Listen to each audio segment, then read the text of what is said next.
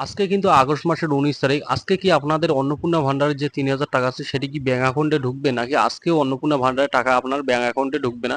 সেটি আমার এই ভিডিও দেখলে কিন্তু আপনারা পরিষ্কারভাবে বুঝে যাবেন। তো এক্ষেত্রে যাদের এখনো পর্যন্ত টাকা ঢুকেনি তারা কিন্তু প্রচুর পরিমাণে চিন্তাতে আছে যে টাকা ঢুকবে কি ঢুকবে না। অনেকে টাকা পেয়ে গেছে, সবাই টাকা পেয়ে গেছে। কিন্তু টাকা এখনো পর্যন্ত আমার অ্যাকাউন্টে আসলো না। সবাই কিন্তু অনেক রকম চিন্তাতে আছে। তো সেই কারণে কিন্তু আমার এই ভিডিওটা দেখলে তোমরা পরিষ্কারভাবে বুঝতে পারবে যে তোমার টাকা ঢুকতে চলেছে কি ঢুকবে না। তো আপনারা সবাই জানেন যে গত ১৭ তারিখ থেকে কিন্তু টাকা দেওয়া শুরু হয়ে গেছে অন্নপূর্ণা ভান্ডারে। যেমনটা তোমরা জানো যে অন্নপূর্ণা ভান্ডারে টাকা পাওয়ার জন্য কিন্তু ২৫ থেকে ৬০ বছরের নিচে হতে হবে।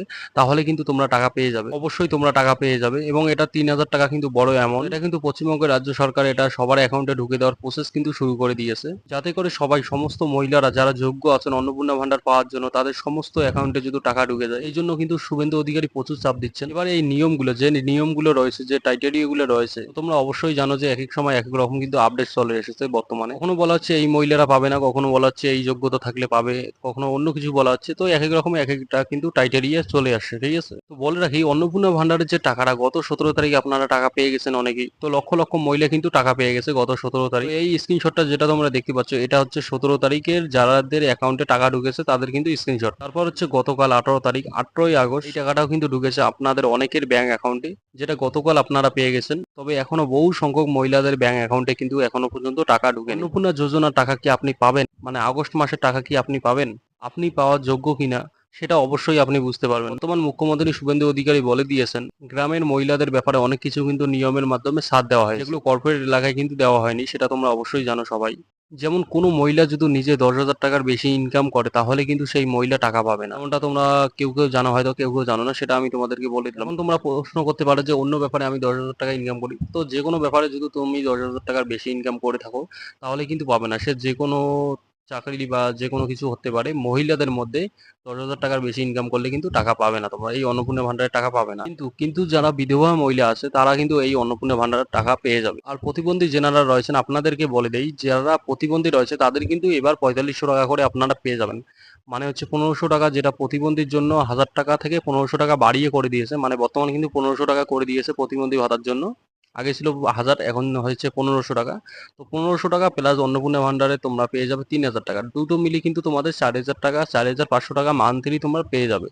যারা প্রতিবন্ধী ভাতা আছে তারা কিন্তু দুটো প্রকল্প থেকে টাকা পেয়ে যাবে। তো এই সুবিধাও কিন্তু দিয়েছে মুখ্যমন্ত্রী শুভেন্দু অধিকারী। তারপর এটাও বলেছে যে পরিবারে কেউ যদি ট্যাক্স পে করে তাহলে কিন্তু এই প্রকল্পের টাকা তোমরা পাবে না। পরিবারে ধরুন যে কজন নিয়ে পরিবারটা হয়েছে যে কেউ হতে পারে, শুধু ট্যাক্স পে করে, সরকারকে ট্যাক্স যদি দেয় তাহলে কিন্তু এই প্রকল্পের টাকা তার মহিলা পাবে না। মানে অন্য কেউ হতে পারে কিন্তু মহিলা পাবে না, ঠিক আছে? পরিবারের মধ্যে যতজন আছে তার মধ্যে বলছি। তারপর বলেছে হাজবেন্ডের ব্যাপারে, মানে মহিলার হাজবেন্ড যিনি হবে সে যদি পার্মানেন্ট জব করে, মানে সরকারি জব, বিডি অফিসে যেমন জব করে, পার্মানেন্ট জব, যে কোনো সরকারি পার্মানেন্ট জব যদি করে থাকে তাহলে কিন্তু এই প্রকল্পের টাকা তার ওয়াইফ পাবে না, ঠিক আছে? শুধু কিন্তু হাজবেন্ডের কথা বলছি। সেই ফ্যামিলিতে যদি দুই ভাই থাকে এবং এক ভাই যদি চাকরি করে না, ওই ভাইয়ের ওয়াইফ কিন্তু টাকা পেয়ে যাবে, কিন্তু এই ভাইয়ের ওয়াইফ কিন্তু টাকা পাবে না।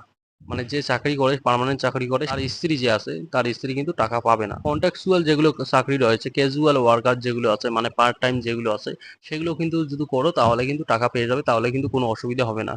শুধুমাত্র কিন্তু পার্মানেন্ট চাকরির জন্য বাধা রয়েছে। তো আজকে ১৯ তারিখ, আজকেও কিন্তু এই প্রকল্পের টাকা ছাড়া হবে অবশ্যই। তো সরকারের পক্ষ থেকে কিন্তু আগেই বলে দেওয়া হয়েছে যে ১৭ থেকে ২০ তারিখ অবধি টাকা দেওয়া হবে। মানে ৩ দিন সময় কিন্তু নিয়েছে, তার মধ্যে কিন্তু সবার ব্যাংক অ্যাকাউন্টে টাকা ক্রেডিট হয়ে যাবে। তো যেহেতু আজকে ১৯ তারিখ, আজকেও কিন্তু টাকা দেওয়া অবশ্যই হবে। তোমরা অবশ্যই টাকা পেয়ে যাবে, কোনো রকম চিন্তা করতে হবে না। এগুলো কিন্তু অবশ্যই সময় লাগবে, সময় দিতে হবে এগুলোকে। কারণ হচ্ছে ব্যাংকের প্রসেসর কোনো ভুলভাল লোকের কাছে যদি টাকা না যায়, সেই জন্য কিন্তু প্রচুর পরিমাণে সিকিউরিটি পারপাসের জন্য এগুলো করছে, ঠিক আছে? তো আপনি যদি ১৭ তারিখও টাকা পাননি, ১৮ তারিখও টাকা পাননি, আজকে হচ্ছে ১৯ তারিখ, আজকে কিন্তু অবশ্যই তোমরা টাকা পেয়ে যাবে, সেটা আমি তোমাদেরকে বলে দিলাম। তো আজকে কিন্তু তোমরা অবশ্যই টাকা পেয়ে যাবে, যারা টাকা এখনো পর্যন্ত পায়নি। আর যাদের এপ্রুভ আছে, যাদের ফেল আছে তাদের ব্যাপারটা আলাদা। যাদের এপ্রুভ আছে এখনো পর্যন্ত টাকা পাওনি, তাদের কিন্তু টাকা আজকে পেয়ে যাবে। তো এখন কথা হচ্ছে কটার সময় তোমরা টাকা পাবে সেটা কিন্তু বলে দিয়েছে। দুপুর ২টো থেকে কিন্তু টাকা দেওয়া শুরু হবে। ২টো থেকে ৫টার মধ্যে কিন্তু অতিরিক্ত মহিলাদের ব্যাংক অ্যাকাউন্টে টাকা দেওয়া হবে। মানে অধিকাংশ মহিলাদের ব্যাংক অ্যাকাউন্টে টাকা দেওয়া হবে ২টো থেকে ৫টা অবধি। আর ৫টা থেকে কিন্তু ১১টা অবধি পেমেন্ট চলবে, মানে 2টো থেকে 11টা অবধি, 10টা 11টা অবধি পেমেন্ট চলবে, কিন্তু অতিরিক্ত মহিলাদের টাকা দেওয়া হবে দুপুর 2টো থেকে 5টা পর্যন্ত। তো এক্ষেত্রে তোমরা রাত্রিবেলায় চেক করবে যে তোমাদের টাকা ঢুকলো কিনা, আর দুপুর 2টো থেকে 5টার মধ্যে তোমরা দেখতে পারো। অবশ্যই তোমাদের ব্যাংক অ্যাকাউন্টে কিন্তু টাকা ঢুকে যাবে। আর যদি তোমাদের এসএমএস কোনো না আসে, তাহলে তোমরা ব্যাংকে গিয়ে একবার চেক করবে, যে কোনো সমস্যার কারণে কিন্তু এসএমএস নাও আসতে পারে, বা যেমন নাম্বারে দেওনি, যেমন মোবাইলটা রিচার্জ করা নাই, কেওয়াইসি করা নাই, এইসব কারণে কিন্তু এসএমএস নাও আসতে পারে। তো এক্ষেত্রে তোমরা আজকে গিয়ে লাভ নাই, কালকে গিয়ে ব্যাংকের ডিটেলসটা তোমরা চেক করে নিবে, মানে ব্যাংকটা চেক করে নিবে ব্যালেন্সটা কত আছে, সেটা দেখলে কিন্তু বুঝে যাবে। আর যদি মেসেজ না আসে তাহলে কিন্তু ব্যালেন্স চেক করবে, আর মেসেজ আসলে তো হয়ে গেল, টাকাগুলো ডাইরেক্ট উইথড্রল করতে পারবে, কোনো অসুবিধা নেই।